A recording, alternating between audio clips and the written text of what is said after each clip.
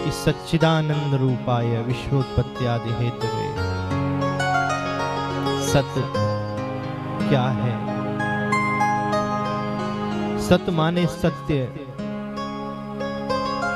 भगवान ने 84 लाख योनियों के बाद मनुष्य का जीवन हमें दिया, इस मृत्युलोक में भेज दिया।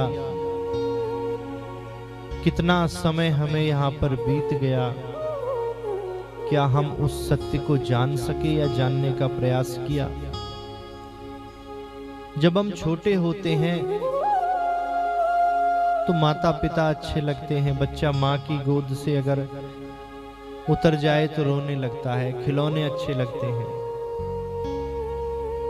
थोड़े बड़े हो गए तो दोस्त मित्र अच्छे लगने लगे, और बड़े हुए पत्नी बच्चे अच्छे लगने लगे, व्यापार में बहुत धन कमाने लगे, पैसा धन जायदाद अच्छे लगने लगे। धीरे धीरे वृद्धावस्था आ गई, हॉस्पिटल के बेड पर पड़े हैं, अंतिम सांसें ले रहे हैं। उस समय आपसे कोई पूछे कि इस समय आप नोटों की गड्डियां लेना चाहोगे या खिलौनों से खेलना चाहोगे या अपने व्यापार को देखना चाहोगे, तो उस स्थिति में आप क्या कहेंगे कि इस संकट की घड़ी में मेरे सारे परिवार को मेरे पास बुला दो, इससे ज्यादा मुझे कुछ नहीं चाहिए। तो समय समय पर जो आवश्यकताएं बदल रही हैं, बचपन में माता पिता खिलौने अच्छे लगते हैं, तरुण अवस्था में पैसा अच्छा लगता है, वृद्धावस्था में ये सब अच्छा नहीं लगता, तो ये सब चीजें फिर सत्य कैसे हो सकती हैं? तो सत्य क्या है?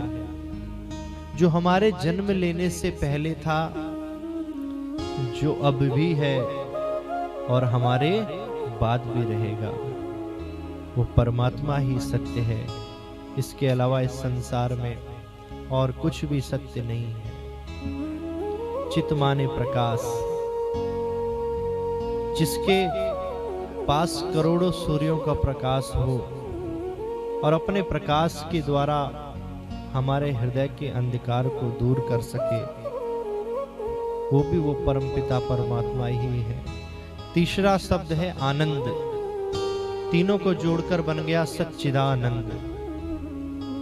तो ये आनंद क्या है, ये बात समझने की है।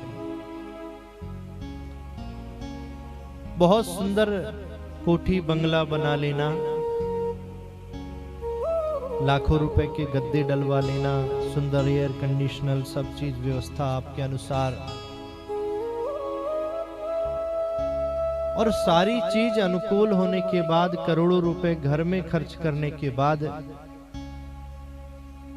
रात को सोने के लिए नींद की गोली का सहारा लेना पड़े, और नींद की गोली लेने के बाद भी रात भर आप करवट बदलते रहें, तो क्या उस पैसे में, उस दौलत में, उस बंगले में आनंद हुआ? दिन में जाकर देखें, तपती हुई धूप में एक मजदूर कैसे लंच के समय ईंट का तकिया लगाकर गहरी नींद में सो जाता है, और आपको हमें 2-2 गोलियां लेने के बाद भी नींद नहीं आती।